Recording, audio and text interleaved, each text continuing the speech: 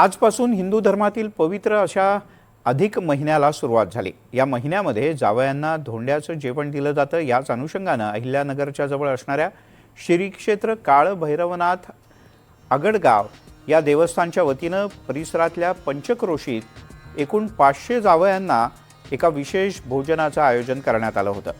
या सर्व जावयांना 5 पोशाखांसह मुलींना पैठणी भेट देण्यात आली। त्यांची गावातून मिरवणूक काढली गेली। यावेळेला 15,000 भाविक जेवतील एवढा महाप्रसाद सुद्धा करण्यात आला होता। तर 1000 किलो हरभरा डाळीचं पुरण करण्यात आलं।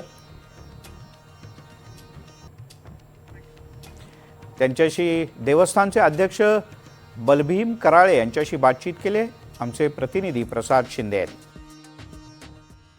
आज अहिल्यानगरच्या जवळ असणाऱ्या श्री क्षेत्र आगडगाव काळ भैरवनाथ मंदिरामध्ये गावातील व परिसरातील जावयांना धोंड्याचं जेवण आयोजित करण्यात आलेले आपण या ठिकाणी पाहू शकतो की पुरणपोळीची तयारी चालू आहे, त्याचबरोबर आंबे रसाची तयारी चालू आहे। या ठिकाणी गावातील महिला धोंड्याचा स्वयंपाक करण्यामध्ये मग्न असल्याचं पाहायला मिळते। आपल्याबरोबर देवस्थानचे अध्यक्ष आपण त्यांच्याशी बातचीत करणार। काय सांगतात सर, कसं नियोजन आहे आज?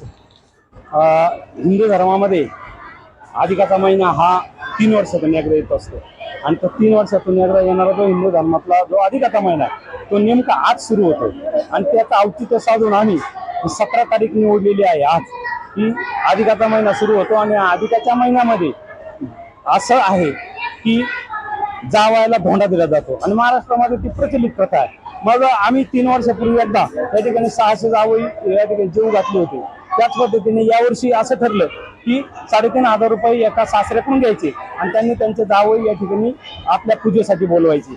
अशाच पद्धतीने आज या ठिकाणी जवळजवळ 500 जावयांनी आपले कपडे घेऊन गेलेले आहेत। आमचं नियोजन 600 जावयांचं आहे आणि त्याच पद्धतीने या ठिकाणी सर्व जावयांनी सांगितलेल्या पाहुण्यांना, सर्व आप्तेष्टांना आणि जे भक्त असतील त्या भक्तांना पुरेल एवढा महाप्रसाद या ठिकाणी देण्याची आम्ही तयारी केली। आंबा रस किती केला, पुरणपोळीचं पुरण किती केलं? या ठिकाणी उन्हाळ्याचे दिवस आहेत आणि आमरसाचा सीझन आहे आणि म्हणून आंबे सुद्धा या ठिकाणी आणण्यात आले। 3,500 किलो आंबे या ठिकाणी केशर आंबा आणलेला आहे। त्याचा पूर्णपणे रस या ठिकाणी आंबस तयार झालेला आहे। तो जवळजवळ 15 पातेले आहेत। 200 लिटरचा एक पातेला आहे।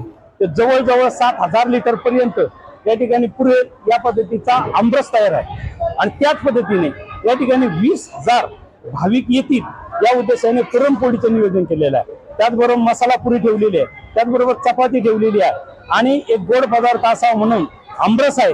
आमरस हा एकदम स्वच्छ, सुंदर आणि चांगल्या पद्धतीचं नियोजन या ठिकाणी करण्यात आलेलं आहे। पुरणाला डाळ किती आणि पुरण किती किलो?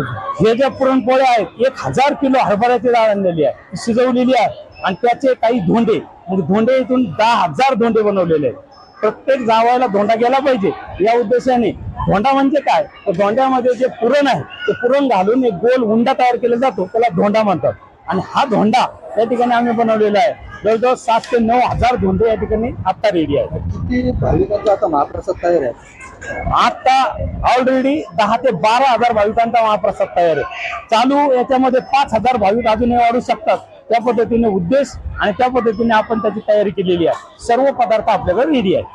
नक्कीच एकंदरीत जर पाहिलं तर गाव आणि परिसरातील 500 जावयांना धोंड्याचं जेवण ठेवण्यात आलं तर 15,000 भाविक जेवतील एवढा महाप्रसाद तयार करण्यात आलेला आहे। प्रसाद शिंदे, NDTV मराठी, अहिल्यानगर।